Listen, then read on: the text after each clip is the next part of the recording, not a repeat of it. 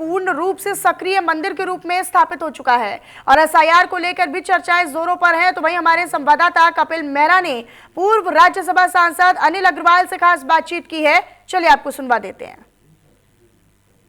हमारे साथ मौजूद है पूर्व राज्यसभा सांसद अनिल अग्रवाल, जिनको समझते हैं क्यों आखिरकार एसआईआर की प्रक्रिया बहुत जरूरी है, क्या मायने रखता है एसआईआर। सर, एसआईआर की प्रक्रिया विपक्ष बहुत विरोध कर रहा है, बोलते हैं बंगाल में 1.5 करोड़ वोट काट दिए, अल्पसंख्यकों को दबाने की कोशिश कर रहे हैं, क्यों जरूरी है प्रक्रिया है? देखिए, सबसे पहले तो मैं बता दूं, एसआईआर की प्रक्रिया पहली बार नहीं हो रही है, पूर्व में भी होती रही है और ये चुनाव आयोग समय समय पर वोटर की शुद्धिकरण करता रहता है, वोटिंग लिस्ट की। इस बार भी हो रहा है और इसमें कहीं किसी को कोई दिक्कत नहीं होनी चाहिए। 2003 के कागज मांगे जा रहे हैं। जो लोग हिंदुस्तान में पैदा हुए, हिंदुस्तानी हैं, उन्हें कहीं भी किसी किस्म की कोई दिक्कत नहीं है।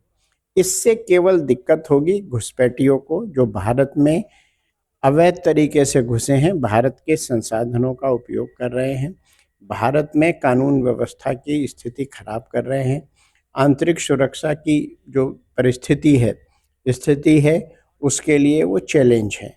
तो इसमें हर व्यक्ति को, हर राजनीतिक दल को इसका समर्थन करना चाहिए।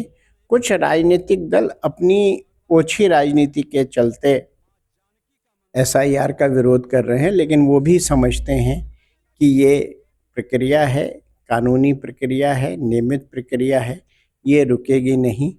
और कुछ लोगों ने तो धीरे धीरे इसमें सरेंडर करना शुरू कर दिया है।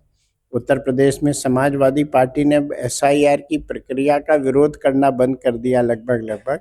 अब उन्होंने इसमें समय वृद्धि की मांग की है। तो चुनाव आयोग तो इसमें फर्स्ट फेज है, सेकंड फेज है, सबको अपॉर्चुनिटी देता ही है और मुख्य चुनाव आयुक्त बड़ा क्लियर कर चुके हैं, एक भी व्यक्ति का जो जेन्युइन हिंदुस्तानी है उसका वोट नहीं कटेगा और डिफरेंट लेवल पे अपॉर्चुनिटीज़ हैं, सब लोगों के वोट बनेंगे जो भारतीय है। चुनाव आयोग की इसमें बात आती है, अभी कुछ दिन पहले 272 रिटायर्ड जज और ब्यूरोक्रेट्स ने एक लेटर लिखा था। उसमें बताया गया, लेटर में ये था कि जो विपक्षी दल और कांग्रेस के जो नेता प्रतिपक्ष राहुल गांधी हैं, वो बार बार संवैधानिक संस्थाओं पर निशाना साधते हैं, उनको बदनाम करने की कोशिश करते हैं, जिससे जो क्रेडिबिलिटी है इन संस्थाओं की कहीं ना कहीं इफेक्ट होने की कोशिश होती है। तो क्या विपक्ष का यही हथकंडा है या विपक्ष किसी तरह से मुद्दे को भटकाना चाहता है?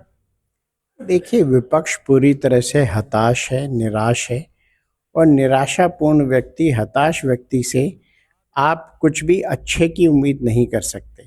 वो अपनी जो हार है उसको छिपाना चाहते हैं और अलग अलग प्रकार के वो आरोप लगाते हैं और संवैधानिक संस्थाओं पर जो आरोप लगाना, मुझे लगता है ये देशद्रोह की श्रेणी में आना चाहिए, जब तक उनके पास फुल प्रूफ उसके इंतज़ाम ना हो, उनके पास कोई बहुत पक्के प्रूफ ना हो उसके विरोध में।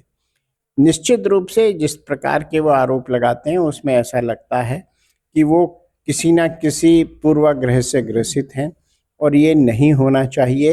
हिंदुस्तान में संवैधानिक संस्थाएं जितने अच्छे तरीके से काम करती हैं, उतने अच्छे तरीके से विश्व में कोई संवैधानिक संस्थाएं काम नहीं करती और ये दुर्भाग्यपूर्ण है।